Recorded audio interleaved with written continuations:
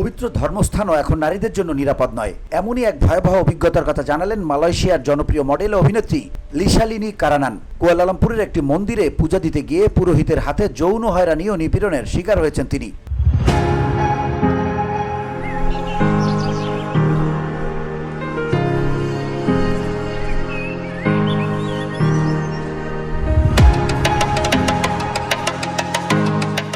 সুন্দরী প্রতিযোগিতায় মুকুটজয়ী এই অভিনেত্রী সামাজিক যোগাযোগ মাধ্যমে তার সেই বিভীষিকাময় মুহূর্তের বর্ণনা দিয়ে বিচার চেয়েছেন।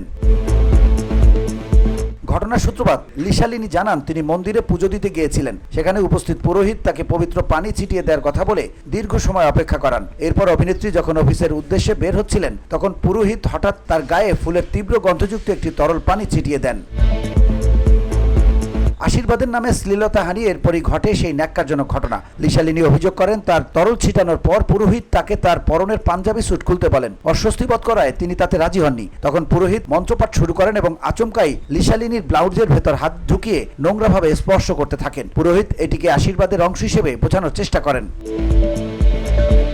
পোস্টে অভিনেত্রী আরও ইঙ্গিত দিয়েছেন, তিনি এর চেয়েও বড় ধরনের যৌন নির্যাতনের শিকার হয়েছেন, যা ভাষায় প্রকাশ করতে তিনি অক্ষম।